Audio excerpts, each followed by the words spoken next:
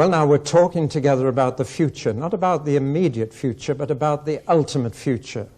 And the four things we're talking about are the four certain facts, certain events of the ultimate future. Christians have usually called these the last things, and that refers to the return of Christ, the day of judgment, hell, and heaven. And in the next three talks, we're looking at some rather serious subjects. That's right. There are too many Christians today who want to lick the icing off the cake, you know, who don't, or the jam out of the sandwich or whatever. They don't want the more serious side of Scripture. But we come now to the day of judgment. My wife and I were in Zurich recently, and we visited the Zurich Cathedral, and right above the west door there is a striking stone frieze which has been painted recently. It's a frieze of the Day of Judgment, and it shows many people being put on the right in white and many being thrown into the flames of hell on the left. There'll be a close-up of that photograph in the video to see, and here's a close-up of those who are being thrown into hell. In other words, that was put above the west door so that whenever you went to worship, you were reminded of the Day of Judgment as you went in. And it's good to think about it.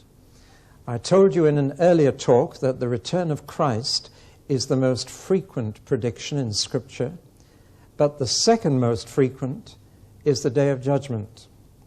And if I just read three texts, that will be enough. Paul, again speaking in Athens on Mars Hill, said, God has fixed a day on which he will judge the world in righteousness by a man whom he has appointed. Then we have another prediction of Paul's in 2 Corinthians chapter 5. Paul says, for we must all appear before the judgment seat of Christ, so that each one may receive good or evil according to what he has done in the body. And in the body means in this life. And here's another verse from Hebrews chapter 9, a very familiar verse, often quoted by preachers. It is appointed to men to die once, and after that comes judgment. In other words, every one of us has two appointments, neither of which we can put in our diary, because we don't know the date of either. One is the day of our death, and the other is the day of our judgment. It will not be the same day. In fact, for each individual, the day of our death will be a different date. And that's the date that will be put on our gravestone if we have one. But the day of judgment is exactly the same date for everyone. So we each have these two appointments. And it is a wise person who thinks about both of them. If you only think about the one, the day of your death, that is more likely to make you sin. If you think about both, it is more likely to make you not sin. If you just think about the day that you die, then let's eat, drink, and be merry, for tomorrow we die. Let's make the most of every pleasure we can squeeze out of life while we can. But if you remember that after death comes that second appointment, when you are accountable for how you've lived here, then that should have quite the opposite effect on the way you live. It's not just numbering our days in quantity, but ordering our days in quality that is important. I find on the whole that people are no longer afraid to die. They're more afraid of the process of dying, especially if it's going to be prolonged or painful. But of death itself, I meet very few who fear it. They dislike it intensely, will put it off as long as possible, not talk about it. But I don't meet many who fear death, because most people today have stopped believing in that second appointment afterwards. It is that second appointment that gives us the fear of the first one, because the first appointment is the end of an opportunity to get ready for the second. Well, now, if we don't know the dates, they're not less certain, and we need to remember them both, as I've said. But we try and forget both. Why? Because both are profoundly disturbing. Neither brings us comfort to think either about the day we die or the day we're going to be judged. Yet if you think about it, Deep, deep down, all of us believe that a day of judgment is absolutely necessary, that it's right. There is part of us that says there must be a judgment. And there are two things that lead us to that feeling. One is the injustice of life. Nobody in their right senses could ever say that life is fair or just. One of the first things children learn to say is, "It's not fair." And their faces screw up when they say it. And sometimes we go right through life saying it. I was invited to go and visit a man in hospital who wanted to see a priest. And the nearest thing they could find was a Baptist pastor. So I went and said, "What do you want to see a priest about?" He said, "Why has God done this to me?" I said, "What do you mean, what has God done to you?" He said, "Well, I'm in hospital, aren't I? What have I done to deserve this?" I said, "Have you never been in hospital before?" He said, "Never. I've lived a good, upright life." I said, "How old are you?" He said, 96. I said, "You've never been in hospital before?" He said, "Never." "Why should God allow this?" I said, "How long are you likely to be here?" He said, 10 days. And here he was, this dear old man, surrounded by pretty girls, waiting on every need. Many men would give their right arm for that. And here he's saying, "Why has God done this to me? It's not fair, it's not fair." Now, life isn't fair. And there is no rational reason why some people suffer so much and other people suffer so little. David had this problem. He wrote a psalm all about it, Psalm 73. He said, "Why do the wicked prosper? Why do bad people die in a happy old age, peacefully in bed?" While he said, "I've tried to make my life pure, and yet I suffer all day long." He said, life's totally unjust. And it is. In this world, the innocent seem to suffer and the wicked get away with it. It's the innocent who are knocked down by hit-and-run drivers. The guilty are not often found. So the injustice of life demands that someday things be put right, that evil people do not get away with it. And the answer of the Bible is there will come a time when injustice will be put right. And nobody will get away with anything. And deep down in us, we agree that that should happen. The injustice of life demands it. I was in Palermo in Sicily recently, and that's a city in which there are 200 murders a year. And while I was there, 41 mafia leaders were arrested and put on trial. And the jury found them guilty. And the judge acquitted all of them. Can you imagine the feelings there were in that city when that happened? People said, "Where is justice? Where is justice?" And they just become utterly cynical and lawless themselves because right obviously doesn't pay. That's the feeling of so many people. That's the first reason there's got to be a day of judgment in which wrongs are righted and which right is vindicated. But there's another reason why there must be a day of judgment, and that is the justice of God. It's not just the injustice of life that demands it, but the justice of God demands it. You see, God has allowed so much wrong to be done. He has allowed us to do so much wrong to others. He has allowed it and apparently turned a blind eye to it, but he hasn't. He has taken note of every little thing that's been done. You see, if God never punishes wickedness, he is not a good God. That's why there has to be a day of judgment, because he is a good God. And if he turned a blind eye for all eternity to the things that are being done, we could never call him good. He is also king of the universe, and it was part of the function of an ancient king to be the judge, the final court of appeal. Still to this day, all our justice in this country is done in the name of the Queen. It is a function of royalty to be the final court of appeal, of justice. And God is king, and he is the final court of appeal. He is also judge. Yes, he is father, but he is king, and he is judge. And his justice demands that day of judgment. God is not mocked, says the Bible. Whatever a man sows, that will he also reap. There will come a harvest. There comes a day of reckoning, a day when bills will be paid. God may not judge us every Friday. In fact, one businessman, I said to him, "Why don't you fear God?" And he said, "Because God doesn't press me as hard as my other creditors," which was at least an honest reply. No, God doesn't press us, but one day he will face us. The justice of God demands it. This is a moral universe. But why a day of judgment on which all are judged together? Why does he not judge us at the point of death and decide then, when we die, whether we go to heaven or hell? Why doesn't he do that? Why have we all to wait, even after we die, until this day comes up? And the answer is really quite simple. If justice is to be done, justice must be seen to be done. It is of the essence of justice that it has nothing to hide. It is injustice that has to hide. And therefore justice must be seen to be done. It is to be public. That is why there is a press bench in every court in this land. In other words, righteousness must be seen to be vindicated. And therefore God has appointed a day of judgment, a public day of judgment, when his righteousness will be seen to be done, and no one will ever again criticize God for not being fair.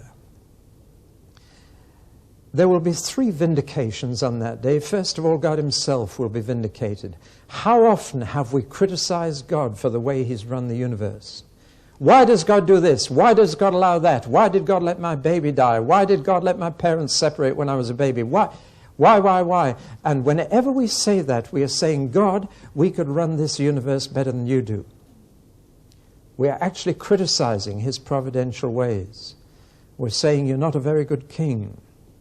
We could do a better job than you do. God has to be vindicated from all the criticisms that have been made of the way he's run the universe. One day we will see why he did what he did, and when we do, we shall understand that he was absolutely right. We shall say with King Nebuchadnezzar, that man who had to go mad for 7 years before he saw sense and acknowledged God. But when he did acknowledge God and got his sanity and his throne back, he said, everything you do, God, is right. Now, one day the whole world has to come to that conclusion. The whole world will have to be shown that God indeed is vindicated and that everything he did was right and everything he allowed was right. And indeed, it's part of our Christian hope that one day we will understand the things that we just don't understand now, partly because we're not God and we don't see things his way. But God will do right. Do you remember Abraham arguing with God about Sodom and his nephew Lot? And God said, shall I show Abraham what I'm going to do? That I'm going to destroy that city? And he showed Abraham. And Abraham said, God, supposing there are 50 people who are good in that city, would you destroy them along with the whole city? God said, no, I wouldn't. Well, supposing there were 45 good people in that city, would you destroy it? No. 40, 30, 20, 10. He's trying to protect his nephew Lot.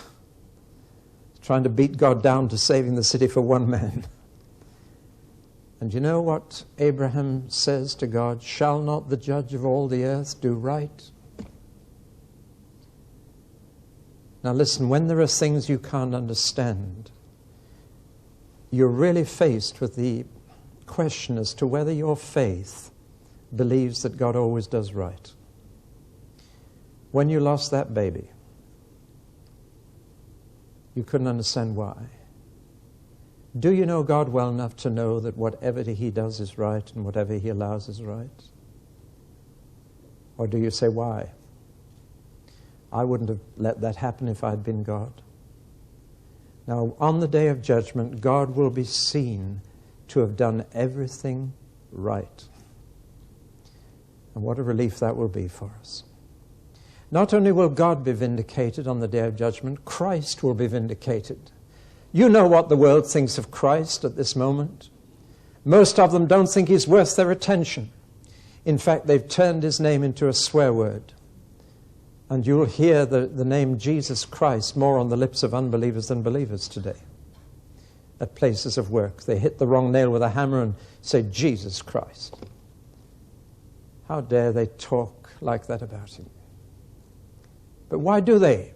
Because they're disappointed with him, they're disillusioned with him. They say, Christianity's been in the world 2,000 years, and what good has it done?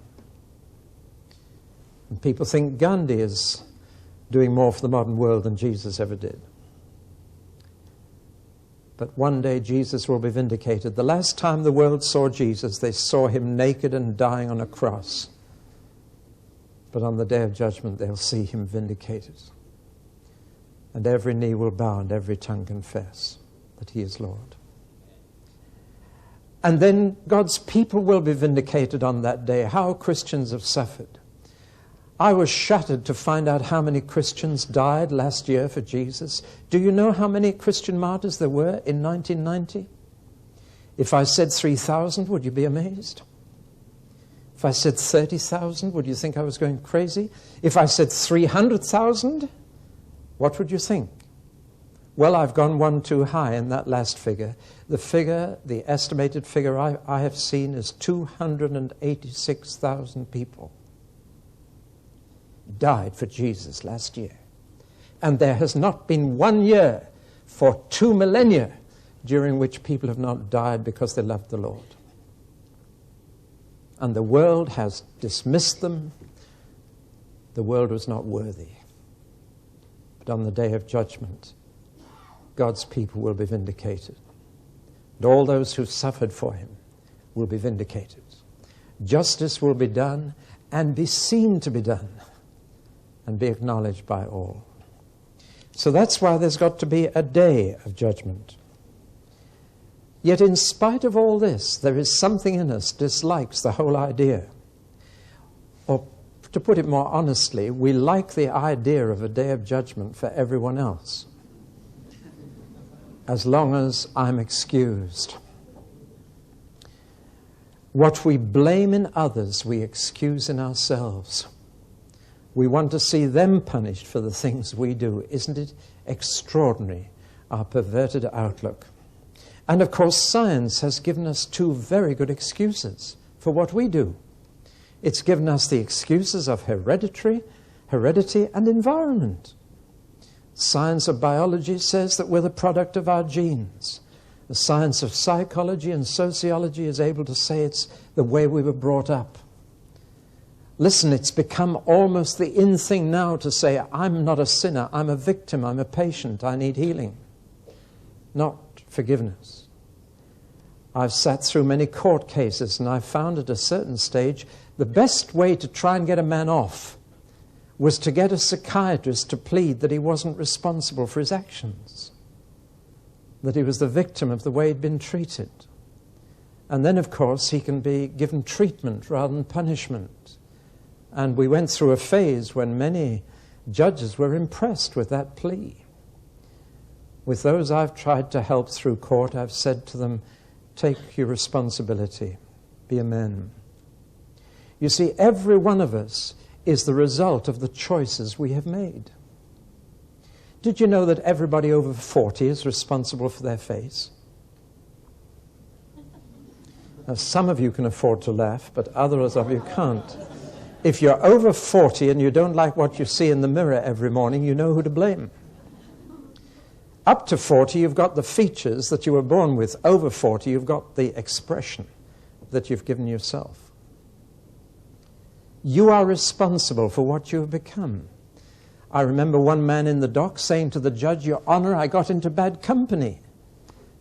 I notice he didn't say, I chose the wrong friends. I got into bad company, or I fell into bad company, as if I couldn't help it. Listen, we know that people have risen far above their background and fallen far below it to say that that's the decisive factor. The real factor in the formation of our character is the choices we have made through life. And you and I are the result of those choices. And the day of judgment will reveal our responsibility. Let me say absolutely, categorically, you have nothing to fear if you fear being blamed for something you're not responsible for. God will never blame you for something you couldn't help. Never.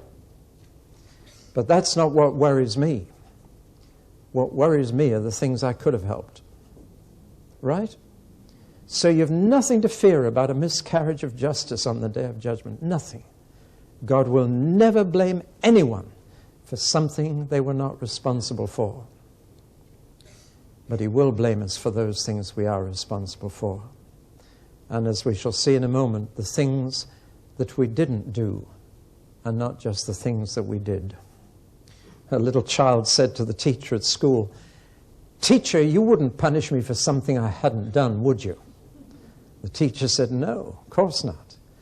"Well, I haven't done my homework," said the child, preparing the way.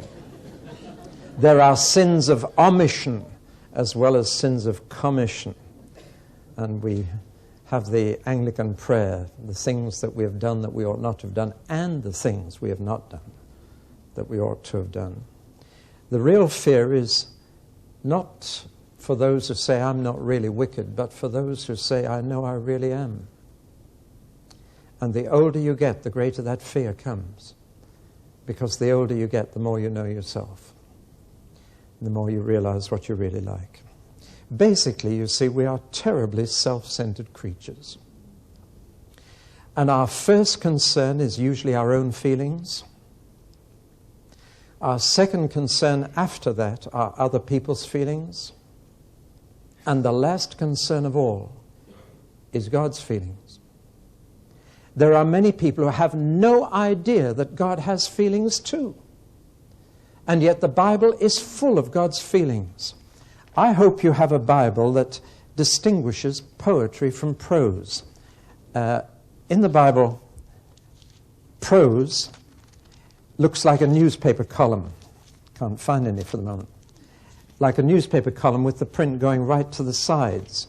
But poetry, the words are printed in shorter lines and with gaps between. You know what the difference I mean.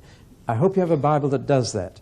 Because there's a very important reason why sometimes God speaks to us in prose and sometimes in poetry. When he speaks in prose, he is communicating his thoughts from his mind to your mind through prose. But when he's communicating his feelings from his heart to your heart, he uses poetry. Well, we do the same.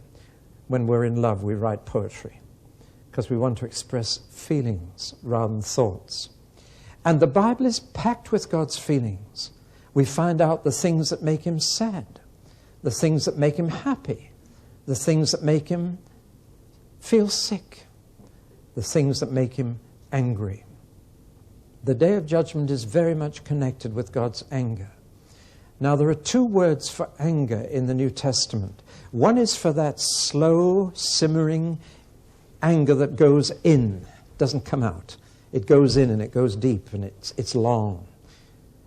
And the other word is for a quick, short temper that boils over quickly and is usually over quite soon. Now, I wonder which your problem is. Could I just see? Hands up those whose problem is the slow, simmering anger inside. People don't even know you're angry, but you are. And how many have the quick anger? And how many have both? And how many don't like putting their hands up in meetings? One. And which do you think is God's anger, the slow or the quick? Well, the answer's both. If I can use an illustration that ladies will appreciate. Have you ever put a pan of milk on the stove and then got occupied with your visitors or someone else, and suddenly the thing's boiled over? Now, if you had stayed and watched it, that wouldn't have happened, would it? Because you'd have seen the first bubbling, you'd have seen that simmering, and you'd have had it off the flames as quickly as you could before it exploded. But when your attention is off that simmering, it seems so quick until it's all over the stove and you've got to clean it all up. Now, God's anger at the moment is simmering. That's why many people are not noticing it. It's there, And all the symptoms are there that God's anger is upon us. If you read Romans 1, you'll find a description of what happens in society when God is angry with it. Simmering anger. It doesn't show too much in great disasters, but it shows in other things. It shows particularly that people develop uncontrollable appetites, that food and sex become obsessions. When God is angry with a society, people develop not only uncontrollable appetites, but unnatural relationships, and particularly homosexual relationships. It's all there in Romans 1. And that's what happens to their bodies when God's anger is on a society. What happens to their minds is that minds develop antisocial behavior. And there's a list in Romans 1 that could have been taken off any police desk blotter of antisocial attitudes: rebellion against authority, disobedience to parents. There's a whole long list there of rebellious attitudes which virtually lead to a violent society, a lawless attitude. Now, if these are the symptoms of God's simmering anger, he would be a bold man who would claim that God is not angry with Britain today. The signs are there for people who look. But most people don't even think that God has feelings, therefore they don't notice this simmering anger. But the concept in the New Testament of the Day of Judgment is that is the day when the anger of God boils over. It's called the day of his anger, or the day of his wrath. It's the day when finally his anger so explodes that people know he's angry, whether they'd noticed it earlier or not.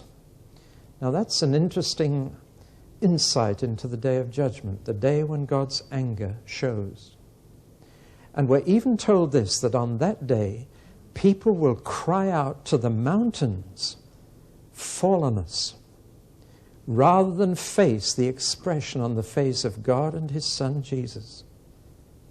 Save us, fall on us to the mountains, so that we don't see the wrath of the Lamb and of God. Well, I told you earlier about earthquakes. Can you imagine a situation in which people would rather be crushed in an earthquake than face the anger of those two persons, Father and Son? It's a sobering description. Now, Romans 1 leads to Romans 2, and Romans chapter 2 tells us a great deal about this day of his wrath, and says, notice his present anger and deal with it now, or deal with the cause of it now, so that you're not storing up his anger for the day when it boils over. Here are some of the things that Romans 2 tells us.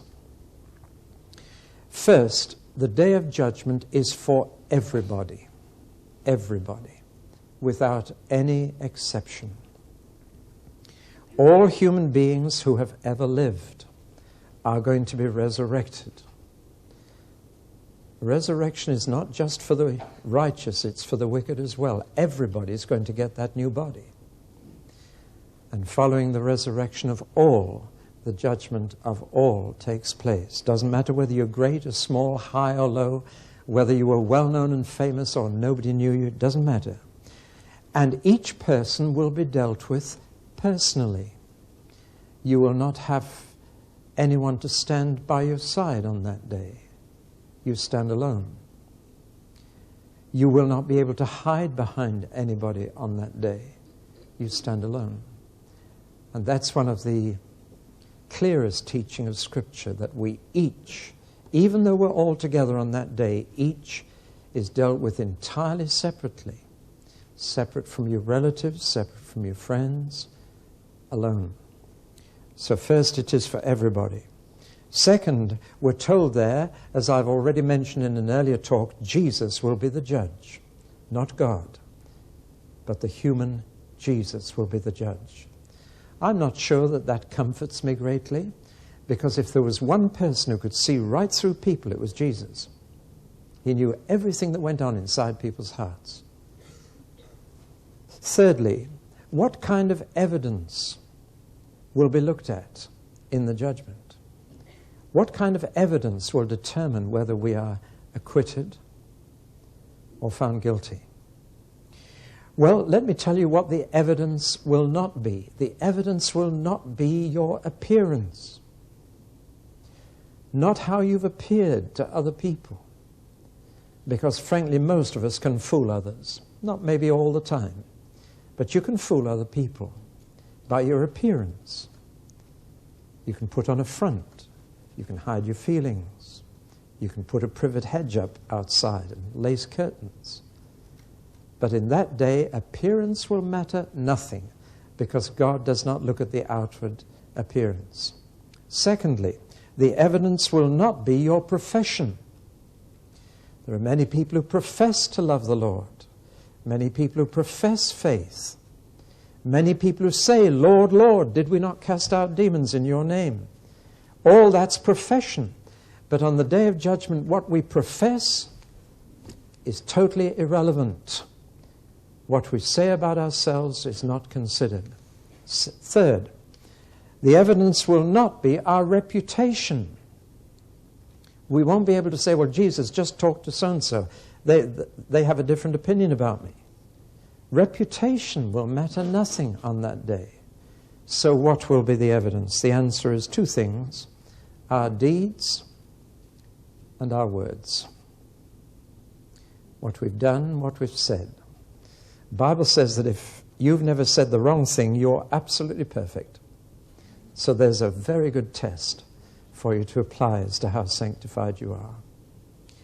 I wonder how many of us would be happy if there was a big screen behind me now and everything we had done had been filmed and was now being shown to everybody else here. Or supposing if everything we had said, even in private, had been tape recorded and was being played to everybody here. Wonder how many friends would be left here for a start. Jesus said, for every idle word we will be brought into judgment. That's quite a thought. The idle words are those that slip out when we're not controlling our tongue properly, that slip out when we're overtired or when we're angry. For every idle word will be brought into judgment. This is the evidence. And God is absolutely fair. He has no favorites whatever. I suppose one of the most serious things Jesus said about the day of judgment, he said it will be the day on which the secrets of men will be judged. He put it another way when he said what has been whispered in the bedchamber will be shouted from the housetops. The day on which the secrets of men will be judged. Not the things that the world saw, the things that only God was aware of. Well, I told you it wasn't a comfortable subject. The next thing that we're told is this, that God is so fair and so just that he will only judge people by the light they have received.